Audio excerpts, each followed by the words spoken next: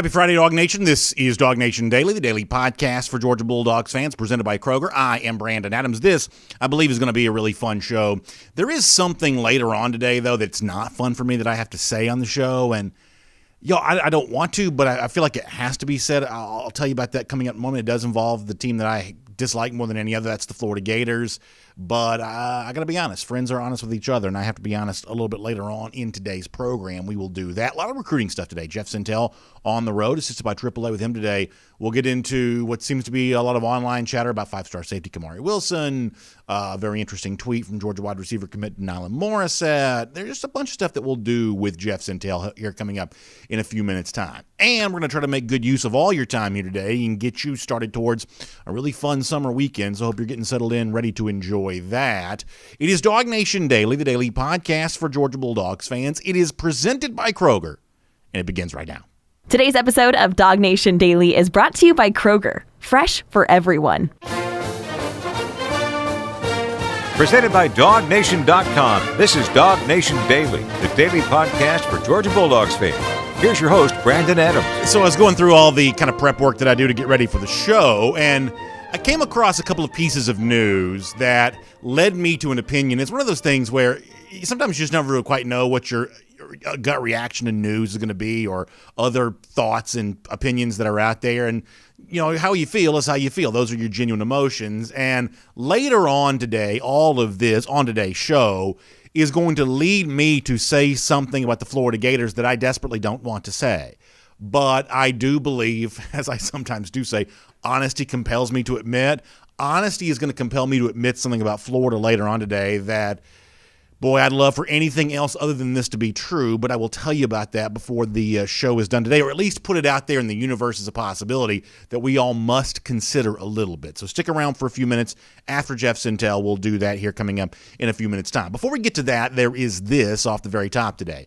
It seems like there's been a little talk lately about the Georgia schedule. Didn't I read this from Mike Griffith at DawgNation.com just a few days ago that I think it was Heather Dinich, the ESPN reporter, college football playoff reporter, who, by the way, will also come up later on today's show on a different note there as well. But didn't Heather go on the Feinbaum show and say something to the effect of, Georgia playing an easy schedule or whatever else? And I think that that Mike wrote that up, obviously kind of zeroing in on the perceived weakness of the SEC East right now. And it seems like we've kind of done this kind of stuff before from time to time. And I'm not really that offended by it. I mean, opinions come cheap and easy sometimes. But I do think it's kind of interesting when somebody like that expresses an opinion to the extent that it's been out there, when actual data seems to point the other direction. Something else that's gotten a lot of talk here over the course of the last 24 hours or so is that ESPN, and this is really strange to me, so their analytics preseason ratings. Now, they hired Bill Connelly now, and he's got his own version of this, but years before they hired Bill, they just essentially copied what he created, changed a couple of details to make it seem like their own thing, and it's called the Football Power Index. We commonly just refer to it as FPI. And so this comes out, the first iteration of this came out a couple of months ago, and yesterday, ESPN had to announce that they were re-releasing the FPI because they had this gigantic, I don't know how you describe this other than a data failure, where like the tabulations were done incorrectly. And as a lot of folks have pointed out, especially those in the gambling bent, because ultimately it's like the gamblers that care more about the analytics stuff than almost anybody else, that some of the stuff on the preseason FPI was so obviously wrong that surely somebody could have caught this prior to this. If you'll remember, we talked about this at the time on DawgNation Daily presented by Kroger.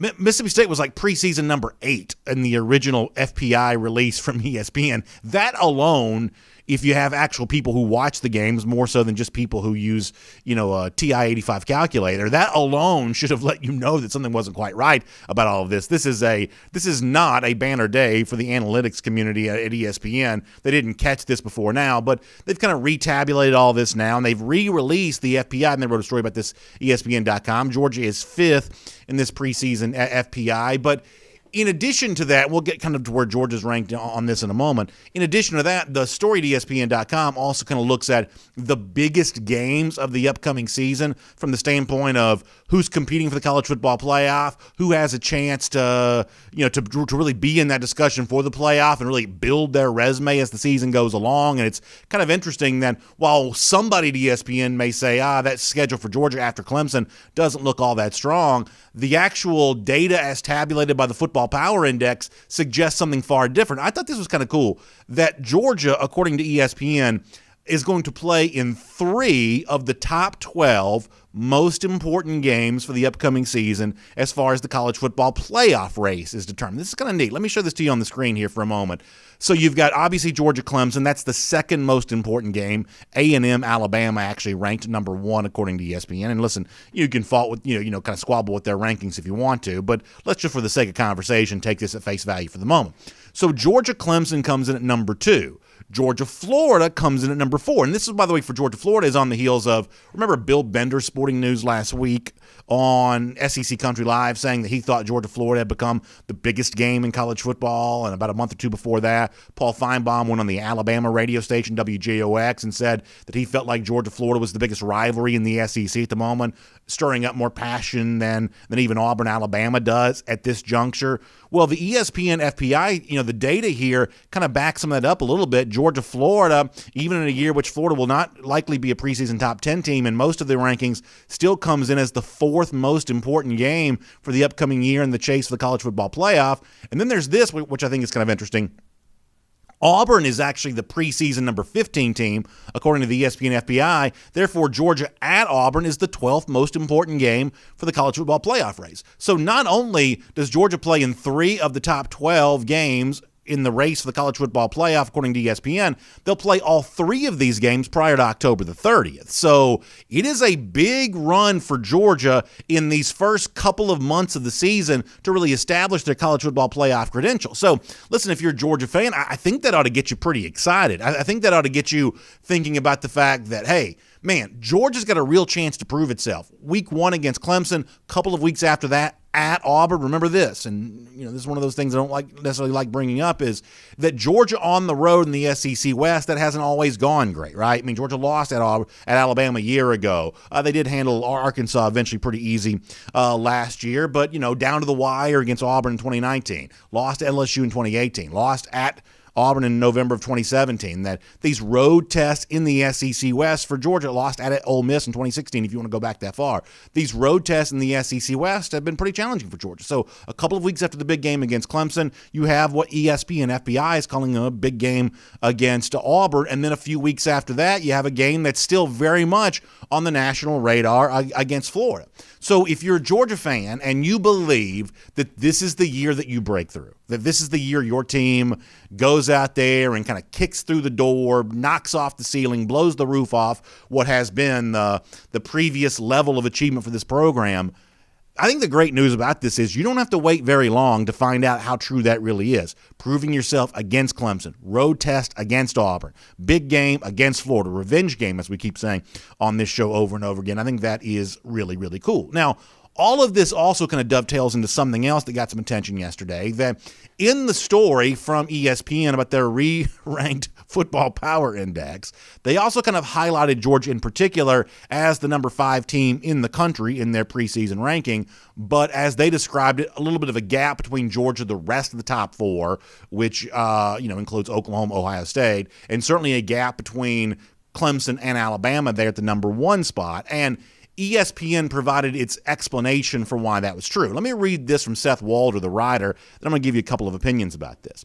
So he says about Georgia, part of the reason for the gap with perception here is that while FPI knows how well JT Daniels played in his 4 games for the Bulldogs last season, it won't anoint anyone over a sample that small. So in other words, there's a gap in the preseason data and the rankings by Football Power Index for Georgia, because last year Georgia was at its best in the 4 games that JT Daniels started, but for the math guys out there, 4 games just isn't quite enough. Let me say this really quickly. You have every right to care about this or not. I will totally acknowledge that. In my own personal journey as a fan, I would say About 10 years or so ago, I was really interested in analytics around the time of the 2012 presidential election, where analytics played a big role in that. And then shortly after that, the American League, this is a strange thing to bring up, but the American League MVP debate between Miguel Cabrera from the Tigers and Mike Trout for the Angels years ago. That's when I kind of first became aware of the idea of advanced stats, analytics, things like that. And around that time, I got really interested in that topic at a time in which most of the mainstream sports fans kind of weren't. I would say as these analytics discussions have become a little more mainstream, because I can't help but be a contrarian, I kind of find myself going the other way. I'm probably less interested in analytics style stuff like Football Power Index than I was 10 years or so ago. So you have every right to care about this or not.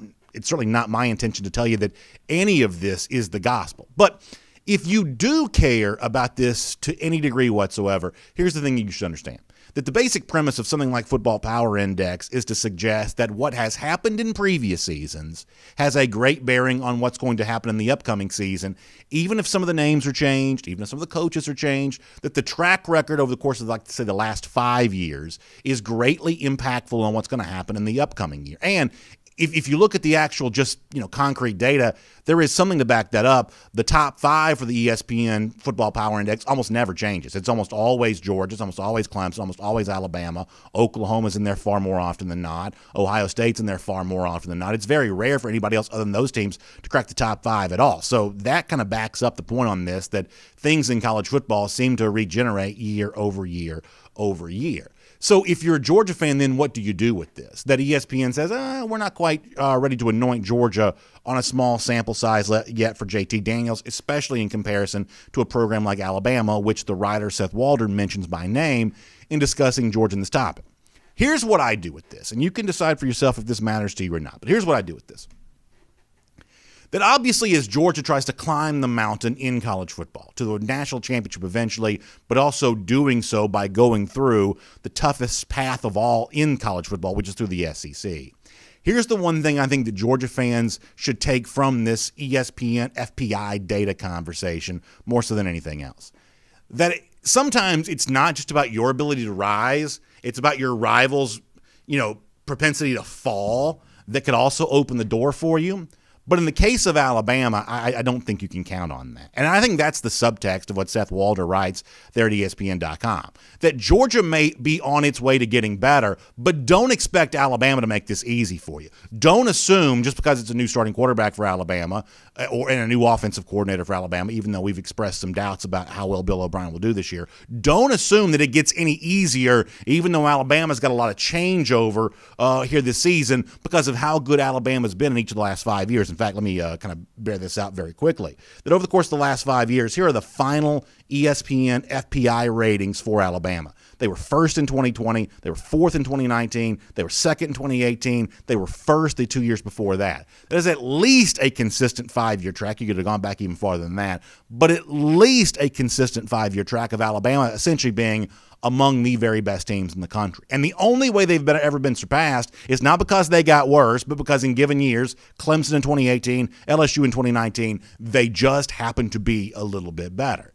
And that's the task that's awaiting Georgia here this year. It can't expect Alabama to get worse just because of some changeover, some lack of continuity. Alabama, based on the last 5 years, is likely to be really good again this year. That the path for Georgia is to be, as I said before, like the two Tigers, LSU in 2019, Clemson in 2018, a team that simply raises its level of play above the very consistent level of excellence that Alabama has shown.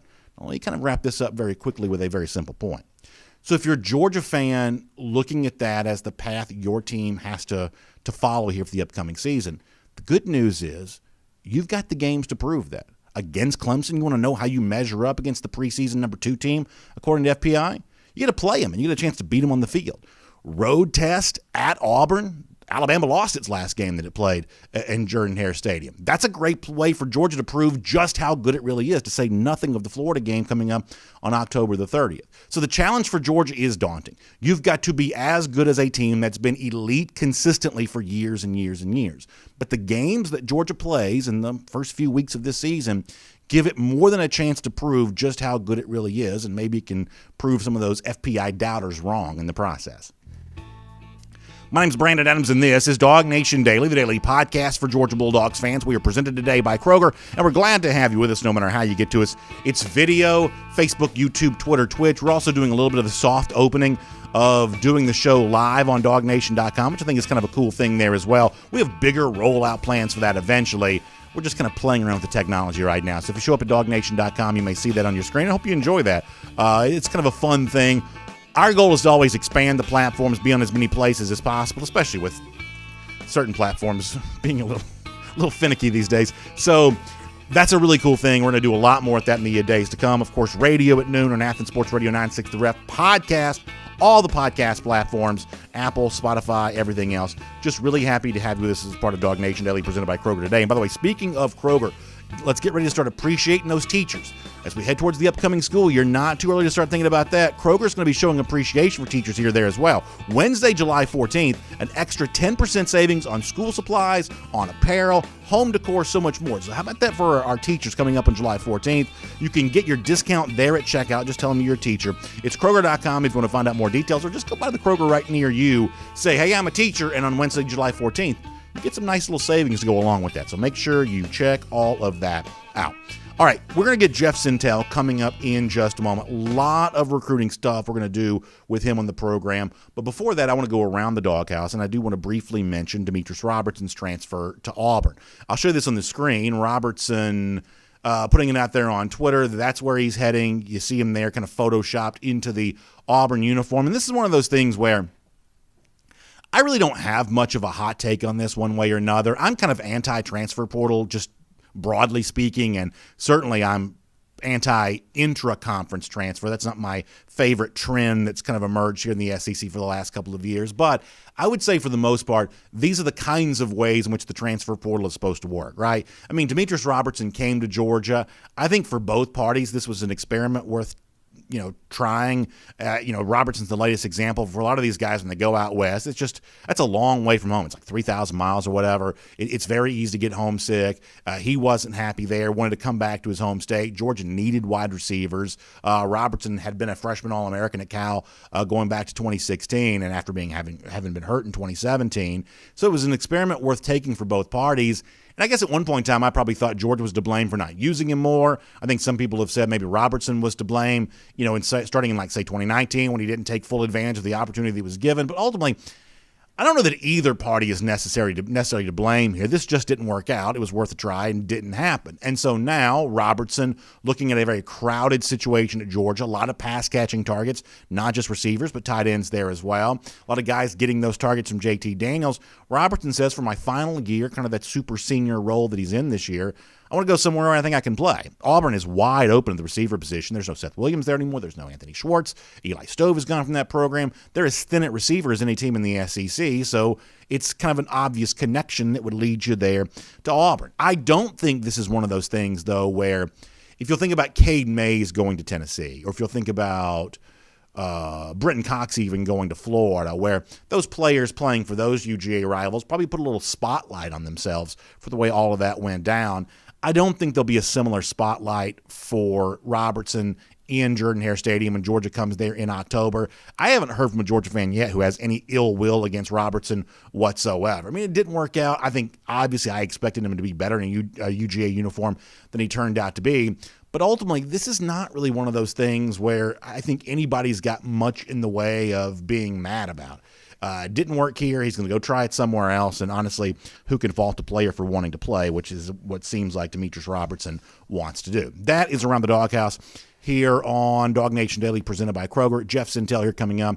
Let me remind you that once Jeff is done, we're going to have a very open and honest conversation with the Florida Gators. And it kind of dovetails a little bit off of what we were just saying off the very top of the program there as well. So that is coming up. Some of the stuff that I am hearing about Florida right now, that maybe this is the Larry Munson in me, or the, even kind of a Vince Dooley type thing in me, that just makes me a little bit nervous about the current chatter that's out there. I'll put it all on the table. You can decide if it's fact or fiction.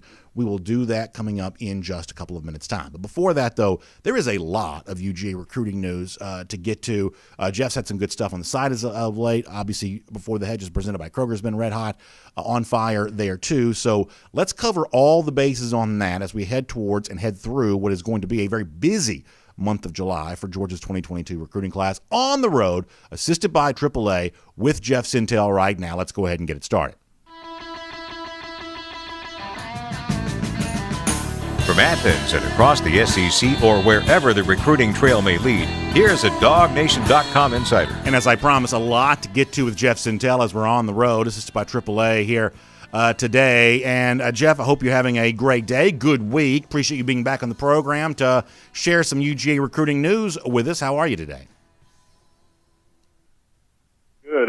Some folks noticed on Hedges earlier this week, or actually it was covered for last night, that had a little bit of a red nose. And, man, that's me forgetting that being at a football practice and forgetting to put on the 45 for getting out there. I was so excited to get out there. I don't go to as many recruiting events as you do. Are the bucket hats still as popular at recruiting events as they were a couple of years ago? I mean, it seems like a few years ago, like that was the most, to use a bigger word than I should, ubiquitous thing that you would see at a recruiting event. Players, coaches, scouts, media people, everybody had the big bucket hats on. Do people still wear bucket hats at these things? Well, first of all, Brandon, you get 1,000 points for word theater for using the word ubiquitous in your program this week. But what is it? I think wearing a bucket hat is like those things going around the internet. It's like, how can you say that you're a veteran recruiting reporter, right, without saying you're a veteran recruiting reporter? Wear the bucket hat. For me, I still got to go with it. I got to go with the old school ball cap most times, man. There you go. I understand that. Well, there's a lot I want to get to you. Let me start with five-star name here for a second. It seems like as of late, there's a little bit of interesting, and I wouldn't necessarily say positive, chatter on the internet involving five-star safety Kamari Wilson. Now, Kamari seems to be one of these guys to me that just kind of like stirring it up. He's enjoying his recruiting process. I don't fault players for that. I don't mind recruiting drama, even if it's kind of inauthentic. I have a pretty high tolerance for that. But as of late, it seems like what once looked like a pretty strong bond for George and Wilson seems to have lessened a bit. What can you tell me right now about the relationship that Georgia has with five-star safety Kamari Wilson? Yeah, so Kamari, and I know, Brandon, you've been noticing all those forest fires out there. I guess that's what I'll call them, forest fires. You hear things about Texas A&M, you see things about Florida, you see things about Miami. I do think Miami is a legitimate foil there for the Georgia chances as they try to hold on to what seemed like a firm position there with Kamari Wilson. But, here's what I like about this young man's style. First of all, I don't know if I've ever seen this before, especially amongst the five-star, is a couple of days in advance of his, he said he has a big announcement coming, and these days it could be a top 12, a top 5, it could be a announcement to a specific or a flip to a specific all-star game, one or the other. Well, Kamari put out a edit which said Georgia is a top school for him, and that was it. Georgia is one of my top schools, and I don't know if the word breaking was used or not, but then he said Georgia is one of my top schools. And then a couple of days later, he put out another edit which revealed the top 6. Now, here's the kicker, Brandon. I don't know if you noticed this or not, but he had a cool video, real clever, lots of highlights, lots of in-game, lots of behind-the-scenes, locker room access, good visuals all through it. But then he used the same top 6 edit that he had back in April at the end of that video. And, I'm just like, okay, are we doing this? It was almost like, one of those Avengers movies or like what George Lucas used to do with Star Wars where he adds the new cantina scene that never showed up in the movie. Yeah. That's what it was kind of like with Kamari Wilson. And, I do think that, I think, man, I just got to say, Coach Muschamp, I think he is going to be a major factor for Georgia down the line. Coach Adai, I'd imagine Coach Kirby Smart, Coach Scott Cochran. I think that's a guy that Georgia's going to have to get a little white-knuckled to hold on to keep Kamari Wilson. And most thought that he doesn't do any interviews at all, doesn't do any media at all. Most kind of thought that Kamari would be one of those guys that would just shut it down. and get through with his business in the summer after he takes his visits. Well, it certainly doesn't seem like that's going to happen. And Brendan, on the other side, I want to make sure that people know about Denylon Morrissette for a second. Now, Brandon, very quickly, I don't know if you've noticed this, he's hit the triumvirate of he's been predicting recruits in pictures. Sure. He's been breaking ice crystal ball. He had the 1980s Coca-Cola National Championship bottle. I mean, he's had some hairy dogs paraphernalia. I mean, the only thing that could be better for Denylon Morrissette is he could be rated as a 5-star wide receiver, and then this fan base would be gaga over Denylon Morrissette, who is certainly working each and every day. What was it? There was a great one this morning where some South Carolina fans, give those Gamecocks credit, man. They're digging in their heels as well. But there was a beach scene where they crafted out the words, "We want Delp," on the lawn, not on the lawn, but on the beach. And man, this was elaborate. This was probably about 6-7 lawn chairs wide. How elaborate this font was. And then Denylon Morrissette was like, "This is pretty fire. This is pretty good, but no, sir." I mean, Denylon Morissette's getting an A+ in social media this week for the class of 2022. Well, since you bring that up, let me show this on the screen here for a moment. A tweet from Morrissette that's got some attention there as well, where he says, prediction 4 of the 5 guys shown in this photo will be dogs. He says, just sit back and wait. Now, I believe I see Gunnar Stockton there. I see Morrissette himself. I see Branson Robinson. You mentioned Oscar Delp. He's in this photo there as well. And I believe I see Kojo Antwi too. So if I'm interpreting Morrissette correctly, Antwi, I guess, is the one guy in this list that's not coming to Georgia. He committed to Ohio State this week. But basically proclaiming Oscar Delp and Branson Robinson joining he and Gunnar Stockton there at Georgia. So there's no doubt that Morissette's been as outspoken and as aggressive on Twitter as anybody, predicting at one point in time that Bear Alexander was coming back to UGA and having some fun with Antwi before Antwi ultimately announced his pledge to Ohio State. I mean, I think the Georgia fans do like this kind of thing. How true some of this stuff turns out to be, I guess, is to be determined. But I do think the Georgia fans like it when a guy like Denylon is aggressively as public as he has been, and whether it be with the Delp retweet today or the picture himself that he tweeted out yesterday, he's just kind of all over the place when it comes to this kind of stuff, and I do think the average fan really enjoys that. Yeah, Brendan, and I know one of the things we try to emphasize here around these parts is, everybody wants to hear about the guy coming or the 5-star on the way, and then once the commit is there, everybody feels like they get tucked away and the headlines don't really happen. But for Denylon, this guy is putting in the work. The stories of him of like Brendan, this is what he was like with his official visit. Some guys are trying to be, really cool, calm, and collective. They don't want to be up in a guy's face. Well, what Denylon did on his official visit is he would go find a guy and he would say, "All right, now tell me your schools." He's like, "Tell me which schools you love." He says, "Tell me why Georgia is not right there among the schools you love. What does Georgia need to do to be among the schools you love?" I mean, he's very out in the open with it. I mean, he's very he really lets guys know that he wants to play with them, and he thinks Georgia needs that missing piece of their talents for a national championship or to just have the best dadgum class available. And I mean, he's really a type of guy that, it's funny, he took about a couple weeks off social media, and he was like, he basically called himself out. He told me, he's like, "You know what?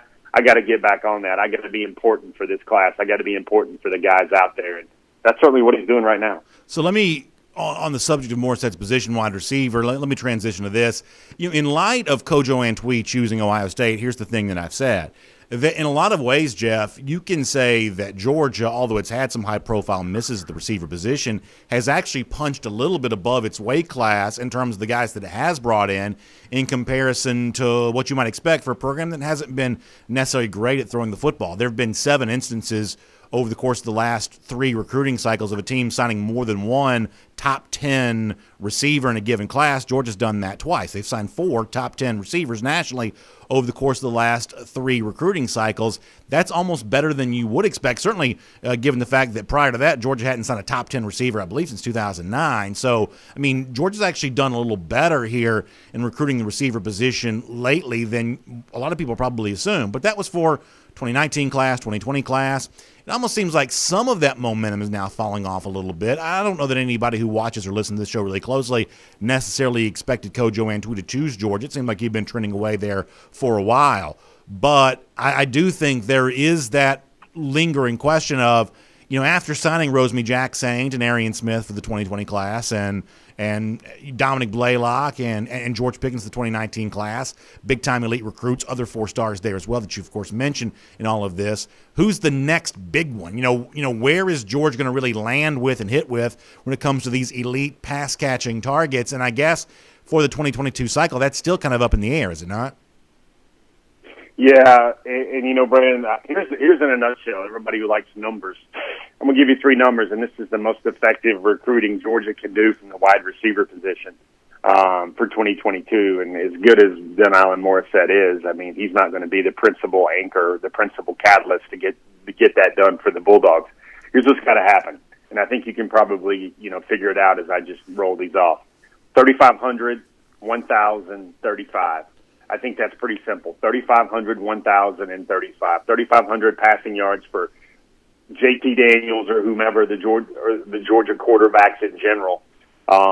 You've got 35 passing touchdowns for J.T. Daniels or Georgia's QB1, and then 1,000 receiving yards. I think those are the things. When Georgia does those things, plays the great defense it always does, and really looks explosive and a little bit more pass-happy doing it, I think that's the thing that would unlock maybe a name like Luther Burden, who's a 5-star, currently committed to Oklahoma, but certainly definitely looking around. I think that's how Georgia gets into business with those top 5, top 10 receivers for the class of 2022. That having been said, man, that Andre Green Jr. is a damage dealer at wide receiver. He's undecided. He took official visits to a bunch of places. He checked out Oregon. He checked out Georgia. He checked out North Carolina. Really likes. We had a story that went up on him last week. Really likes Georgia, and I like the fit there that Georgia has as well. And Brandon, he's a guy. Man, I've been doing this for a while. I mean, there are very few Andre Green Juniors every year. He's got the one-handed catches. He's about 6'3", a true 6'3", 185. Brandon, sometimes in this cycle when Georgia got a chance to put its eyes on all these prospects, which paraded through in June, that 6'1" became 5'11.5", or that 6'2" became 6 feet. Andre Green Jr. is a legit 6'3.5". And, the thing I really like about Andre is Georgia's going to recruit these dudes with all the talent in the world, but I think he has what I would call the operating system to excel. And that's just the way he's wired. He's a competitor. He's detail-driven. We shared a story about how he plays Connect 4 with his father every night, like 5 games a night. And he is so competitive, and he's so regimented about it, Brandon, that he keeps a tally on his phone. I think the number now is up to 500 to 464. He's ahead of his dad. He has to keep that number on his phone because his dad's the KG veteran that's trying to squeeze in a game here or there to play catch-up.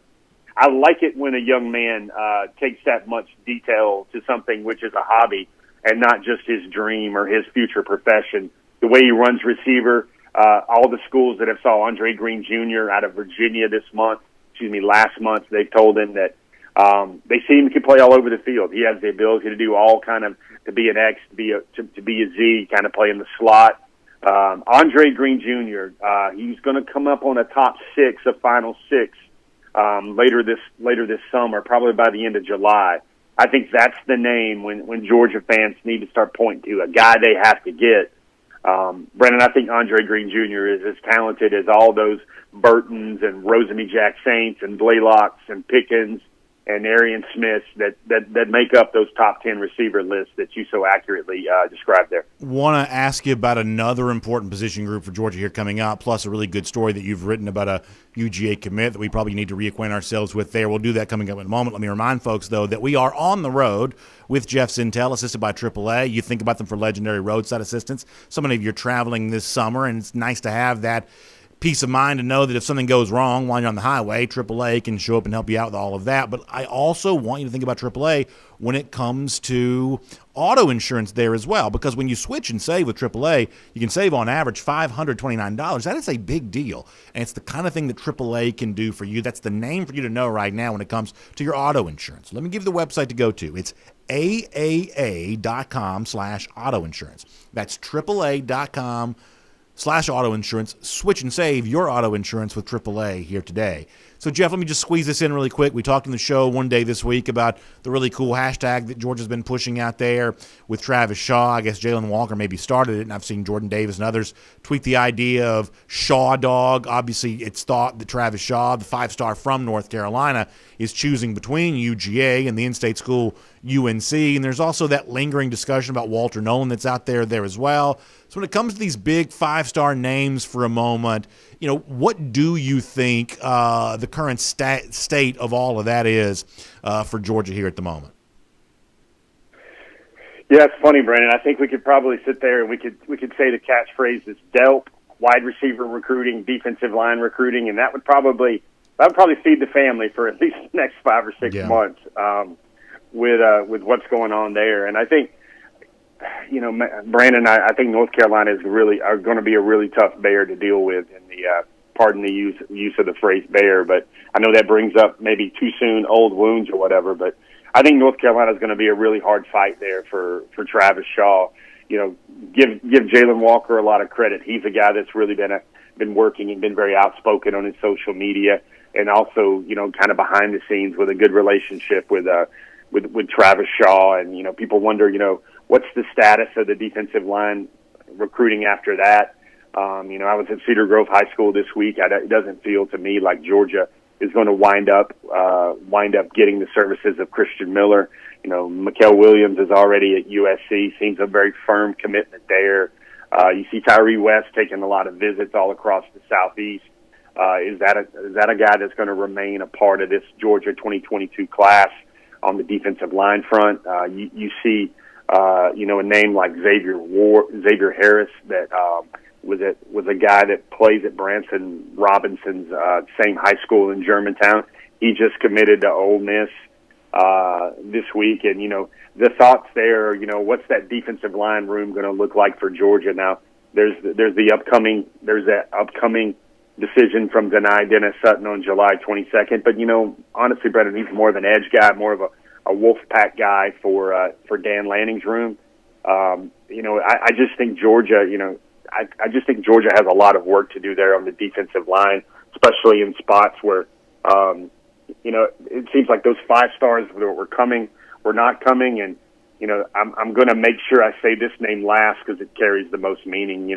Brendan, I think it's really a Travis Shaw or Walter Nolen type thing there for the defensive line room at Georgia. And I guess I don't want to use the word finicky or fickle, but the way this year started out with, thoughts of getting a lot of, multiple 5 stars across the front.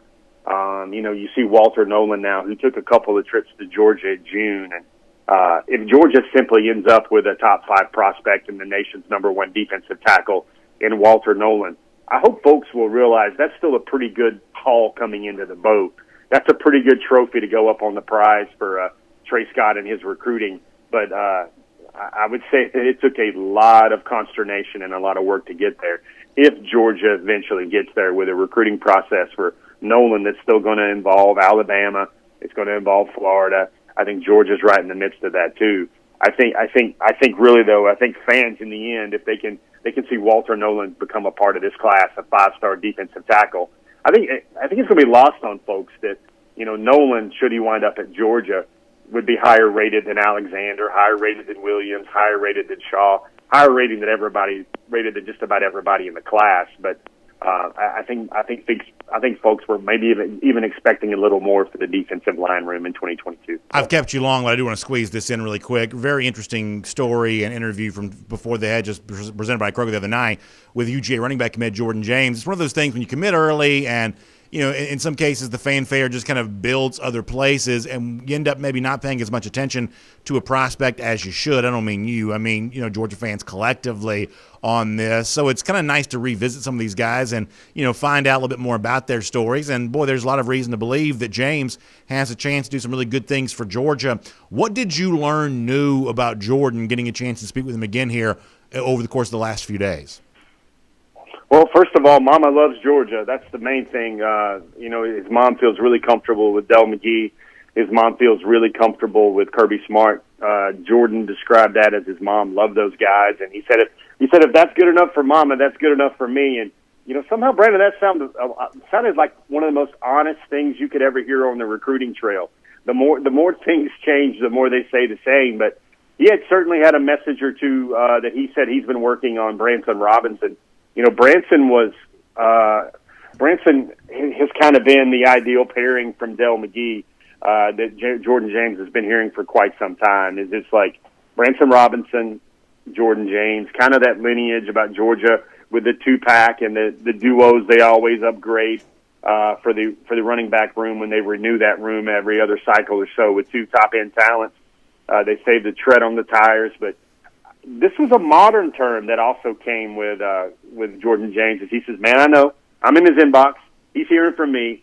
And then he said his message was, it's the dog way or no way, is what he was telling Branson Robinson. He says they both have a lot of similarities to their game. They can do a lot of things, but everyone notices the size and the power with Branson Robinson. And let's just say that he articulated and verbalized to the Before the Hedges audience and everybody out there in DawgNation that he would be quite a happy dude on July 22nd if Branson Robinson becomes a dog as well. So one of those things people were always wondering about Jordan. I think the other bit of information we can share is like, okay, what's the deal? He hasn't visited yet. Like, he didn't visit for the whole month of June. In fact, he was the last public commitment in this class to visit, but then he came on the scavenger hunt. He said it felt like home immediately when he walked through the doors. He didn't need to camp. Georgia did take measurements. He was 5'10", a little bit more than that, and about 200 pounds. All the boxes were checked on Georgia's end. All the boxes were checked on the Jordan James team and his end, and it really seems like a really good fit for Georgia because, you know, Brandon, they got to be a little judicious in 2022 because there's a couple of 5 stars in 2023 that Georgia also has its eye on as well. And they got to make sure that all that turnover that's happening in the room, Brandon, people forget. Zamir White will be gone. James Cook will be gone. Kendall Milton will likely only have the 2022 season as well, after he will become draft eligible. So that running back room is going to turn over very fast. Kenny McIntosh, Dejon Edwards. They didn't sign a guy in 2021, so that opens up Georgia really well for the 2022 and 2023 cycles. Jeff, I really appreciate you being here on the road, assisted by AAA. Very good information. We'll look forward to reading a lot more from you in the days to come at DawgNation.com. And, of course, back here again next week as well on this program. Thanks for your time, and we'll look forward to seeing you then. All right, guys, here's a quick tease. There's a story up on the site right now about an undecided prospect in the 2022 class that says it just feels right in regard to Georgia. Well, so check that out today as well. Love to hear that. Check that out, DawgNation.com. I know folks will. Jeff, thanks a lot. All right, man. Take it easy, Brandon. Have a great weekend. Thank you. Let's take a look around the rest of the league. This is SEC Through. All right, for 2 seconds about one thing. I'm going to be kind of corny and sentimental, so I apologize in advance, but just hear me out on this for a moment. So if you think about it, like, happy families don't make for good stories, right? So you're never going to see a movie about a happy family because that's just kind of boring, right? You know, the kinds of families that show up in movies are somewhat dysfunctional because dysfunction leads to better entertainment. That's not a good thing or a bad thing. It's just kind of a true thing that entertainment's always going to be more interested. Sitcoms and movies, things like that, to the extent there even still are sitcoms. It's just more interesting to show a dysfunctional family because that just makes for better entertainment. But it's nice in life to have portrayals of happy families because I think it's just a kind of a good thing overall. And this is one of the reasons why I love following high school football recruiting, especially seemingly in this 2022 cycle, because of the way in which the player stories reinforce the value of family in their own lives. I said before, I know this comes across as corny and sentimental, and some of you roll your eyes. I'm going to say it and then I'll move on, but I think it's worth pointing out. Just in the base of what we heard from Jeff Sentel right there. He talked about the way that Jordan James and his mom was going to be influential in his decision. But he also mentioned Andre Green playing Connect 4 with his dad. And look, last night, I have a 9-year-old boy and a 6-year-old girl. Like, my wife and my 2 kids, we had this like knockdown, drag-out game of Uno. So much fun to be able to do right before they went to bed. It's like nothing is more fun than just kind of having that kind of simple moment with your kids. And to think that I might still be able to do that when they are teenagers, to the point that Andre Green is like keeping stats for his games with his dad.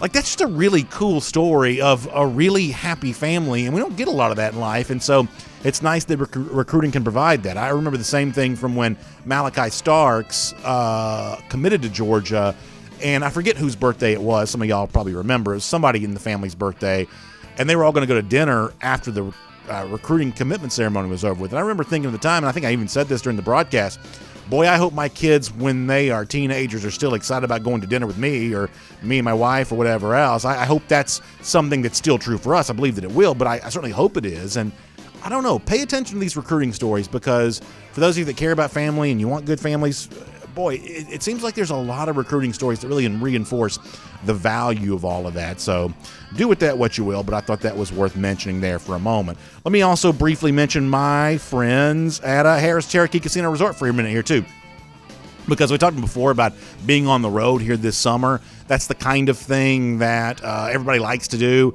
And when you think about road trips, sometimes you're thinking about like a short road trip, easy road trip to get to. Don't forget Harris Cherokee Casino Resort or the Harris Cherokee Valley River. They're both just a 2-hour drive from Atlanta. You can get on the road, be up there. You see the video. The mountains of western North Carolina are just beautiful. And the casino gaming floor is a lot of fun there as well for a weekend getaway. Of course, you got gourmet restaurants, world-class shopping, one of the most luxurious, relaxing spas you can ever enjoy. You can play golf there.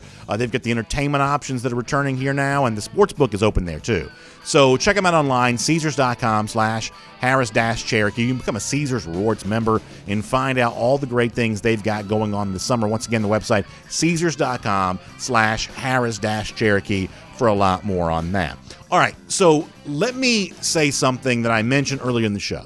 And this is one of those things where I tried to find a way not to say this on the show, but I feel like it kind of needs to be said. And it's one of those things that I almost wish were true that I ultimately can't believe is true. Let me show you this on the screen for a second. This is Heather Dinich.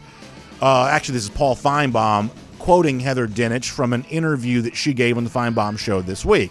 And this is the quote that the Feinbaum Twitter account attributes to Heather. She says, the SEC East is one of the weakest divisions in college football. She says the Big 12 has better chance of getting 2 in the college football playoff, mentioning Oklahoma and Iowa State, than the SEC. She also says that Florida is not in her preseason top 25. Now, a couple of things here really quick. I could care less about Heather Dinich's opinion of the SEC East. It's simply worthless to me. We've mocked before the idea of 2 Big 12 teams making the college football playoff and the idea that Iowa State, somehow with Matt Campbell, who I do believe is a good coach, but it is absolute myth-making to say that Campbell, and the phrase that she's used in the past is, we played this audio on SEC Country Live and on DawgNation Daily presented by Kroger as well, the idea that that Campbell's going to coach up his 3-star players, he's going to beat your 5-star players, that is simply myth-making. You might as well believe in the lost city of Atlantis if you're going to believe in something like that. It's totally ludicrous. The statement I'm interested in, though, is what she says there at the bottom of that quote that I just read from you, that she doesn't even have Florida in her preseason top 25. Now, if this was just Heather Dinich alone saying this, I would, probably just maybe disregard that and move on.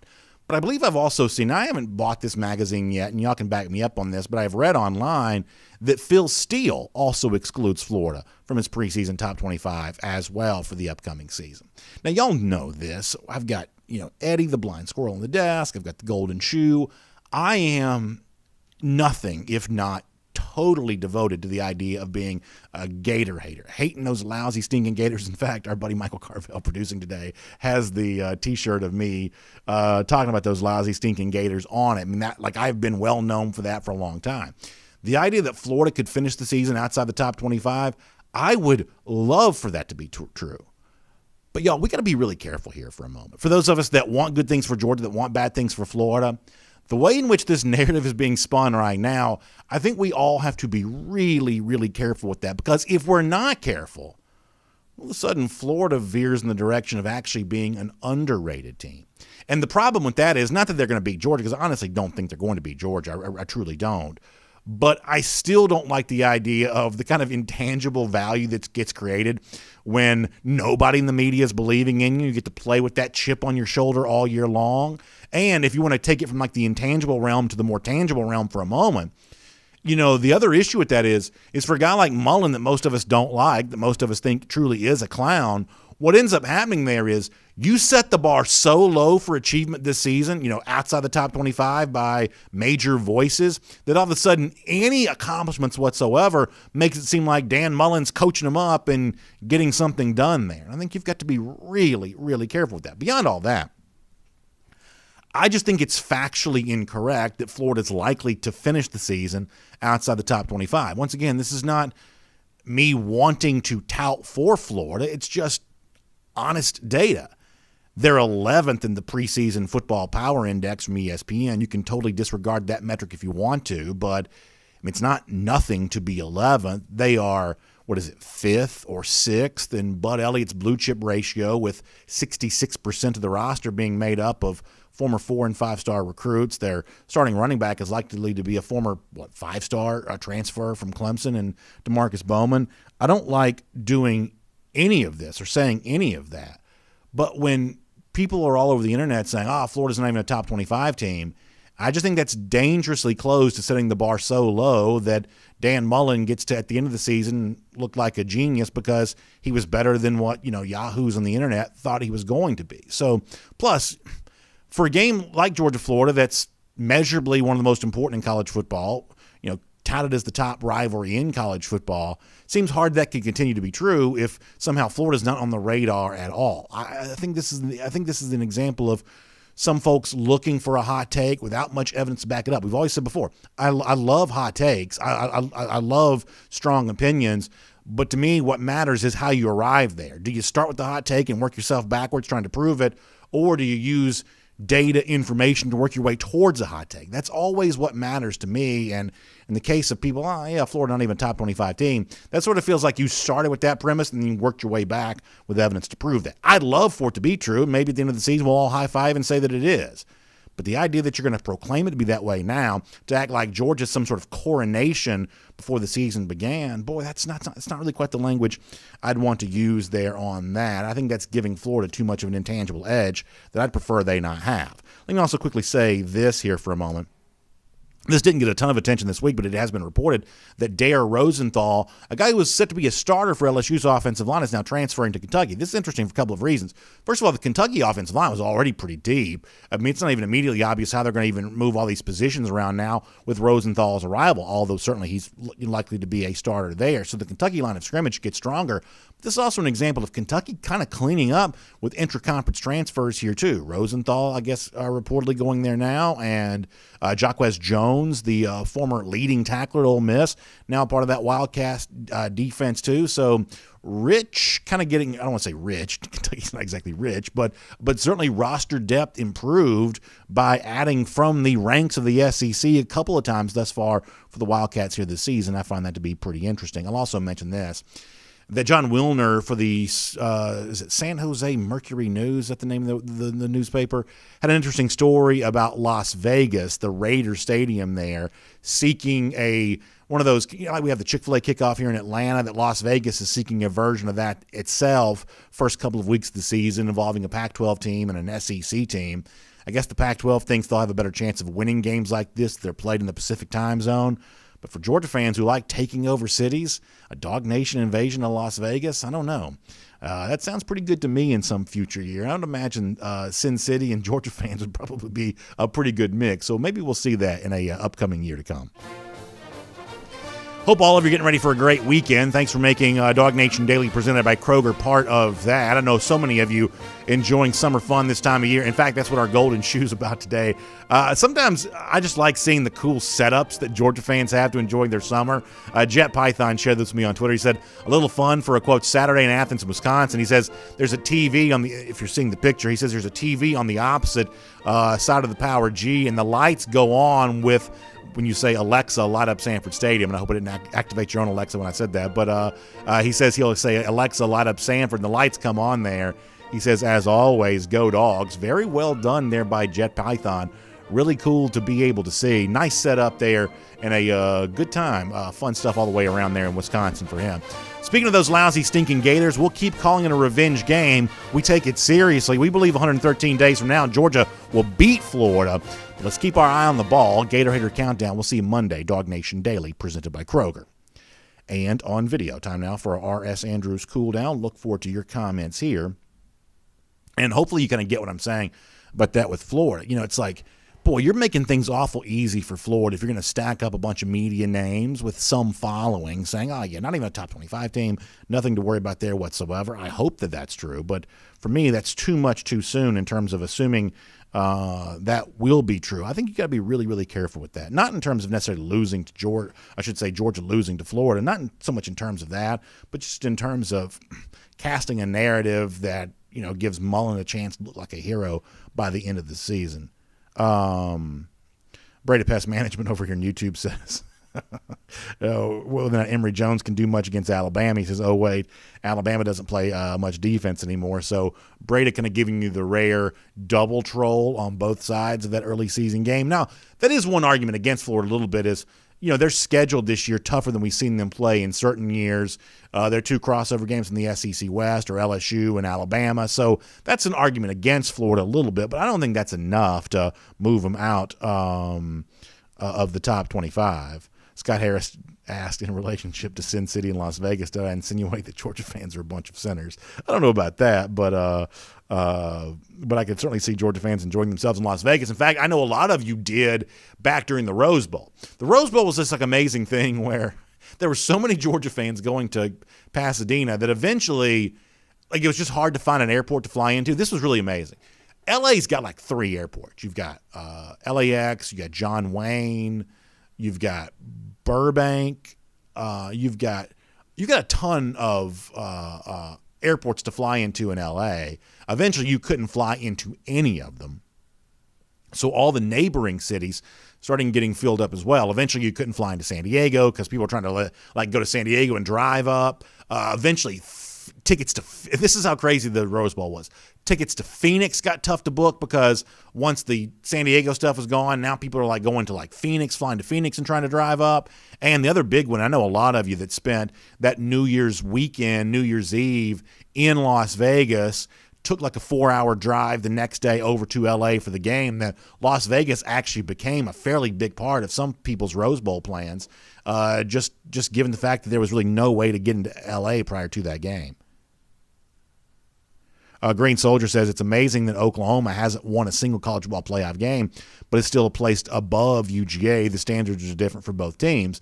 And, from that standpoint, I do think that, the FPI does explain this a little bit, right? I mean, the FPI, when it talks about its percentages of making the playoff, obviously Georgia's is relatively low, but almost all of that is based on not a perceived weakness for Georgia, but the challenge of being in the SEC, right? So I get where you're coming from, and I think that Oklahoma is kind of unfairly treated.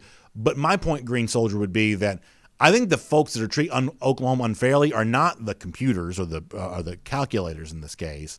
The folks that treat Oklahoma unfairly are the actual human beings on the selection committee, because the one thing that you and I would probably say is, as you point out, they don't win a playoff game. They make the playoff all the time. They don't win the games once they get there.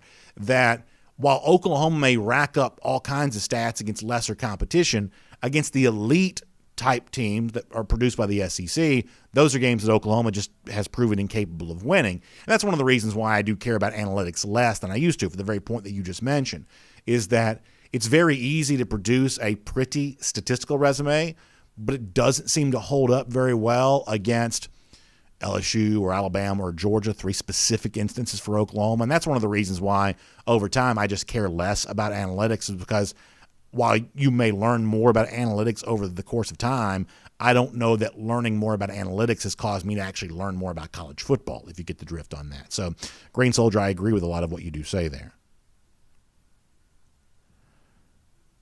G. Grace Boy on the subject of hating D-Rob. G, if you've seen something in the YouTube comment section, maybe you can point that out. But I haven't seen a lot of hating on D-Rob. I really haven't seen much of that.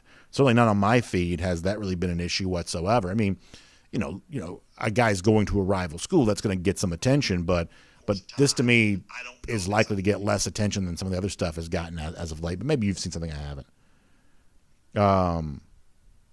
Somebody mentioned the SEC network takeover for Georgia not being the best. Kind of seemed that way, and I hate to say that, but it sort of seemed like look, what people really want to see are like classic games, right? I mean, that's what they really want to see. Some random basketball game from the regular season. It almost just sort of seems like SEC Network is running the same junk it would have run, and they're just trying to dress it up by calling it a UGA takeover. If it's a true UGA takeover, it's Georgia Oklahoma Rose Bowl. It's something from the '80s. It's things along those lines. That's the stuff that people kind of really want to see. I didn't do much on here about the SEC Network takeover because I thought it was really kind of a lot of fluff, to be honest with you. I mean, I don't even know if ESPN Classic is still a thing. But what was cool is when you would stumble on ESPN Classic and you'd see some random Georgia game that you hadn't seen in a long time. Like one time I flipped over there, it's like the Georgia LSU game from 1998, which in retrospect doesn't seem all that consequential, but it was like a road win in Baton Rouge, night game.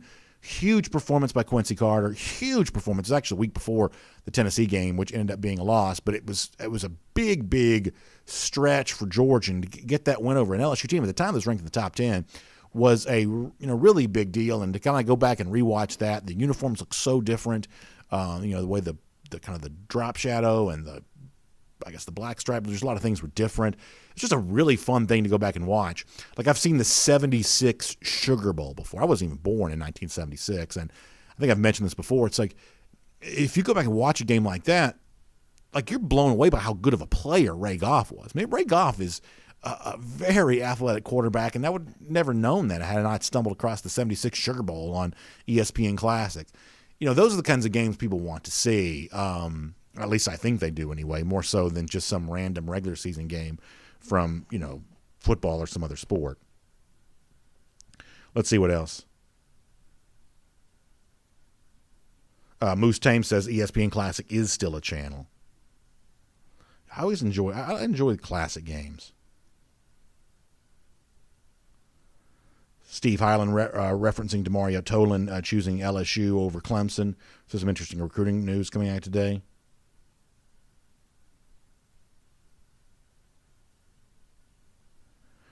Nick Roundtree says lower the preseason expectations. Mullen goes 9-3, 8-4, calls himself the Sith Lord, then starts another bogus rumor that the NFL teams are looking to court him because he says he's awesome. Hopefully UF locks him into a lifetime contract. And that's the other thing too, Nick, I think that's kind of interesting, is that I asked this to Jeff last night on Cover 4 Live, and I hope you got a chance to see that show, that when you look ahead to SEC Media Days, given the fact that Mullen won the East, beat Georgia, played Alabama close, I'll put that in the positive column for Florida last season, but had the Darth Vader costume, which was so embarrassing, instigated the fight against Missouri, which I think was really more than embarrassing. I think it was distasteful. And, the way he talked about the bowl game after that was all over with. That you kind of run and we've seen this some, right? I mean, we had Mark Long, who covers Florida for the AP on SEC Country Live, some harsh words for Dan Mullen. Matt Hayes has written some harsh words for Dan Mullen. Jeff saying last night he thought that the overall bent of the questions for Mullen SEC Media Days might be more negative than positive. And, coaches have a way of being self-preservationists. They have a way of saving themselves.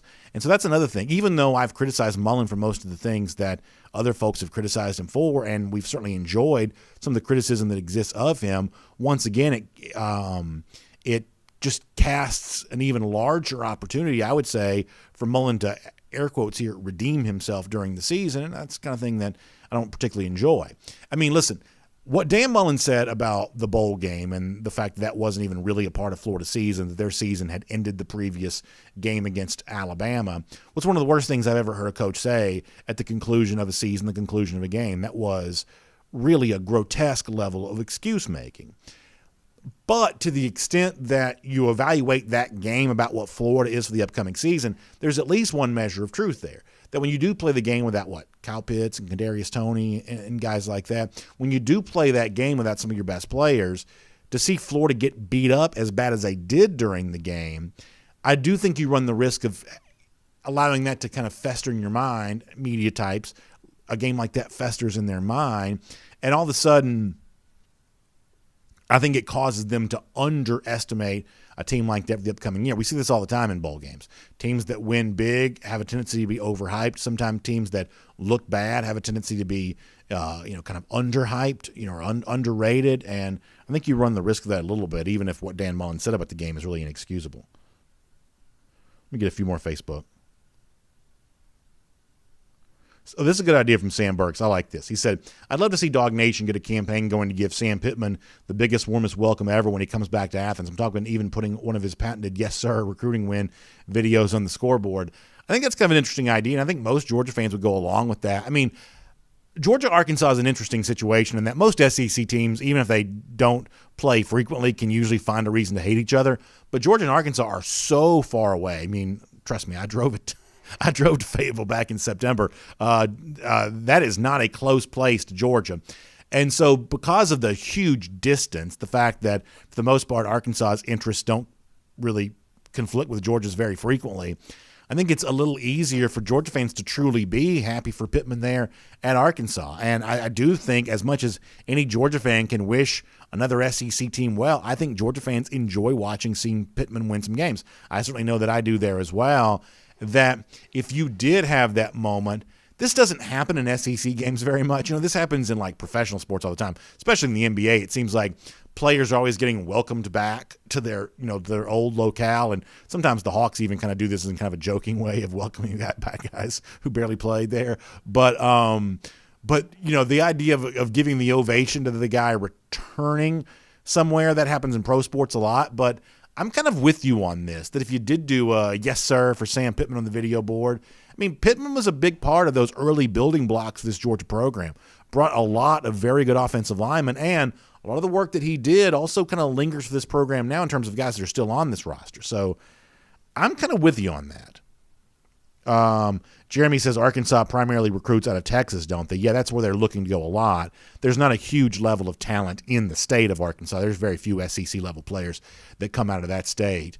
But there are, obviously a lot of Texas guys. I think one of the things that Arkansas is going to try to do a little bit more too, not to get too deep in the weeds here from a recruiting standpoint, but I think Arkansas is going to try to open up some doors in Louisiana there as well. Now, top 5, top 10 players in the state, obviously it's very hard to beat LSU for those, but Louisiana is a deep enough state, certainly much more deep from a talent standpoint than Arkansas is.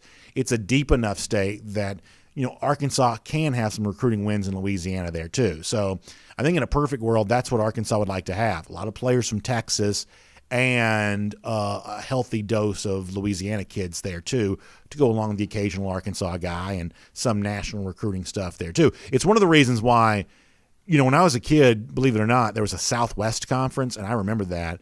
And, Arkansas back in the Frank Broyles era, I'm a little too young to remember Frank Broyles. Ken Hatfield was the coach at Arkansas when I first started following college football. But, there was this great rivalry that existed between Arkansas and the Texas schools. Remember the not to bring politics in this, but remember the game in the early 70s when Arkansas played Texas and Richard Nixon attended the game? It's like this huge, huge deal. Like Arkansas-Texas used to be just a very, very big game, huge national ramifications. And, a lot of the Texas schools kind of hate Arkansas because of those old days of the Southwest Conference. And it's still a big deal. Remember, Arkansas under Brett Bielema beat Texas in the Texas Bowl a couple of years ago, and that was a huge celebration in Fayetteville. Those two teams actually play here this season, and while I don't think that Arkansas is set up for a great year necessarily, I'm not as high on them now relative to expectations as I was a year ago when I correctly predicted them to exceed their over-under total.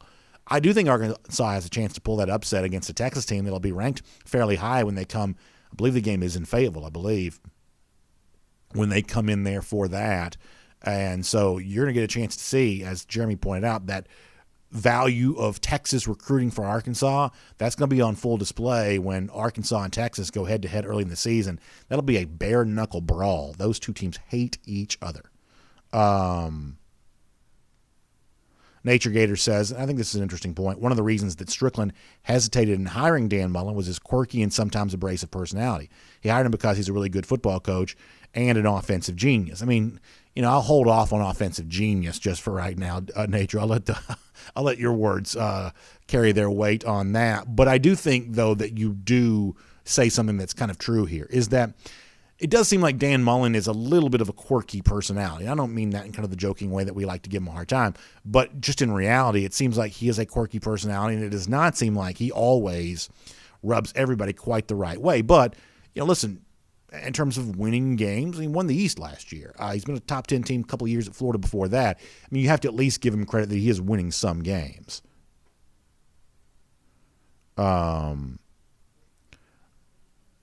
Let's see what else. Bank 6 says, I personally think Texas will be better without Sam Ehlinger. He was their first, 10 years as their quarterback. It seems like he's been there for a while. And I do think that Sarkisian getting another second chance here as a head coach is somewhat interesting. I mean, I would think you'd say that for the most part, his days at USC were fairly underwhelming. I know we had some personal issues that are, I think, now behind him.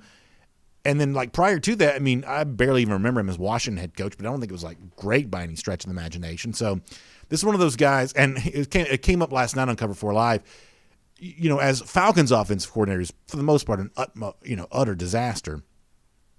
Some of that, though, was simply related to the fact that Dan Quinn was his head coach and kind of put him in handcuffs, forcing him to try to run the Kyle Shanahan offense that he inherited. And that's not a good spot for any offensive coordinator to be, as evidenced by the fact that he went to Alabama, did his own thing, and scored a gazillion points in the SEC.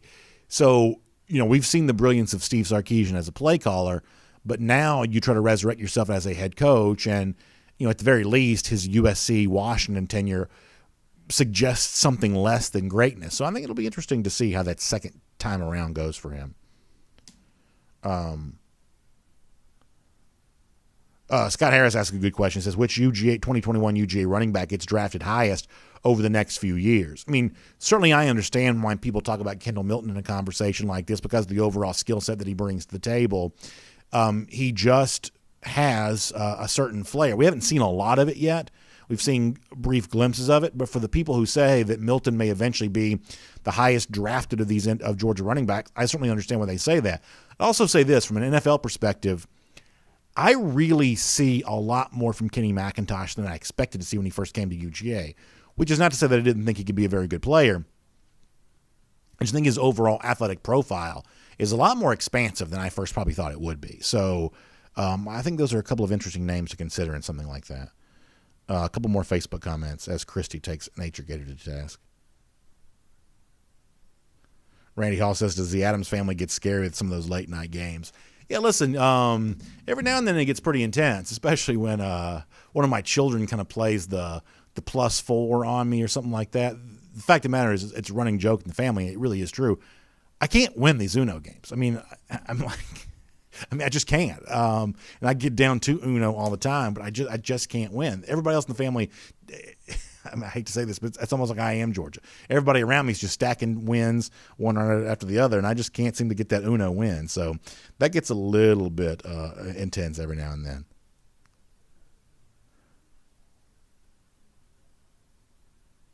Let's see what else is going on. Keith Foltz says, I remember Lou Holtz trying to get his team to look fired up by telling them the last 22 players out of the locker room have to start the second half. That's kind of funny. Epic Robinson says, let's talk about Bill Bender. What do you want to say about Bill, Epic? Matt Rukavina reminding us that Arkansas has a linebacker with one of the great names in all of college football, Bumper Pool, for sure. That's a great name. Jamie Huff also citing Zamir White here there as well. I think folks got to be really careful not to sleep on Zamir. I think when you look at how good, and I'm not saying that Zamir is going to be Nick Chubb. That's not what I'm saying. That's unfair to put on anybody, even Branson Robinson, who commonly draws those comparisons. That's a very unfair tag to be labeled with.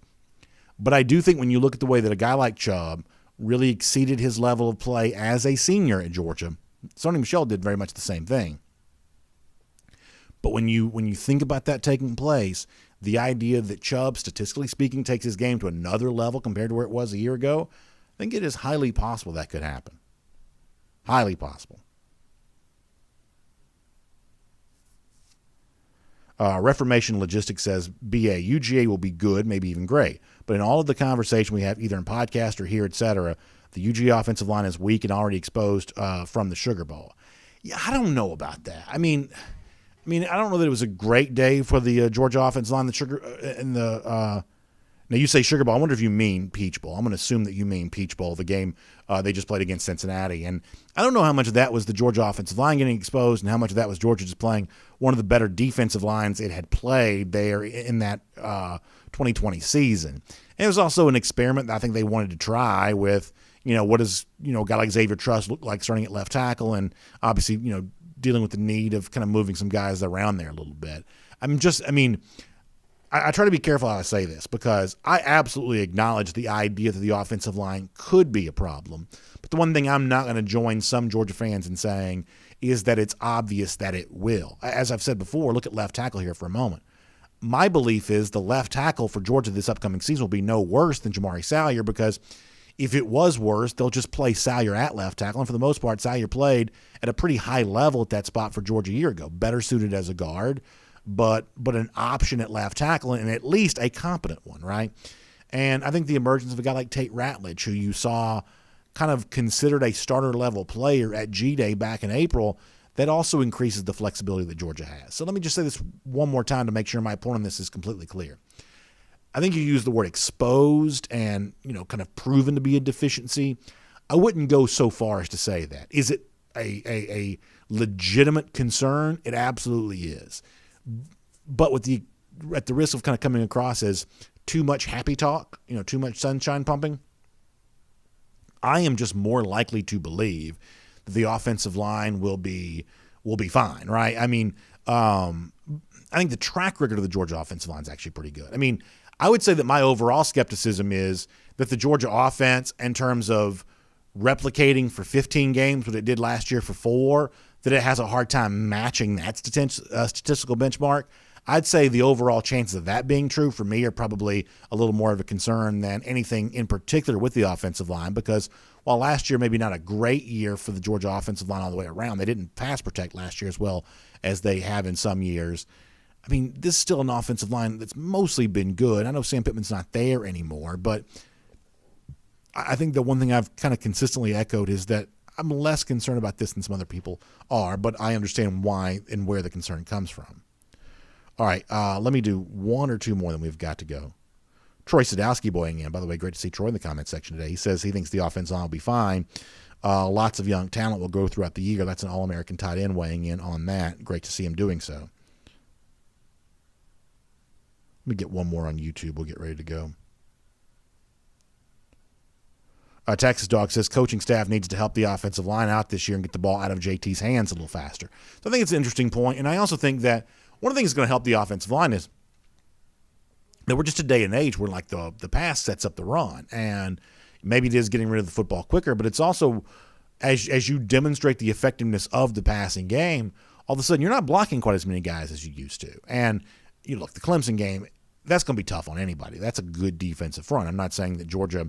I'm not kind of, I guess, field testing excuses. I'm not saying that. Georgia's got to go out there and block them. That's a hard thing to do. But as Texas Dog points out, as the passing game grows, as it demonstrates its success, just everything gets a little easier. Guys are open quick. You can throw it quicker. Receivers are spread out all over the place. All of a sudden, the running game is made a little easier. We're in a day and age now where the job of the offensive line can actually be made a little easier based on the effectiveness of the offensive play call. I think that's a pretty good point. All right, we'll get ready to go for today. Appreciate you being here for DawgNation Daily, presented by Kroger and our R.S. Andrews Cool Down. Really appreciate all of that. And looking forward to a fun weekend there as well. By the way, speaking of that weekend, make sure to check out the AJC online at ajc.com, the Atlanta Journal-Constitution. You can find out about all the really cool things that are going on here this weekend. Lots of really good stuff there in regards to that. Braves trying to kind of get back to that sort of 500 mark, get above that mark here, as they've really been kind of scuffling along here as of late. Important weekend for them to be able to do that. As we've talked about before, Nate McMillan is now confirmed as the interim label off him as Hawks head coach. The Hawks announcing that for sure yesterday. And if you're interested in how some of the name, image, likeness stuff is playing out for Georgia's in-state rival, Georgia Tech, some of that online for you there as well. Atlanta Journal-Constitution at ajc.com, plus great weekend preview too, so hope you'll check that out. Thanks for being here today. Make sure you check out R.S. Andrews Air Conditioning Unit. If it's kind of on its last legs here. Get some more life out of it. Get it tuned back up to factory fresh specs. Just $99 online at rsandrews.com. Appreciate you being here on DawgNation Daily, presented by Kroger here today. We will look forward to seeing you back here again tomorrow. I should say Monday, by the way, not tomorrow. Y'all enjoy the weekend. We'll see you back here on Monday.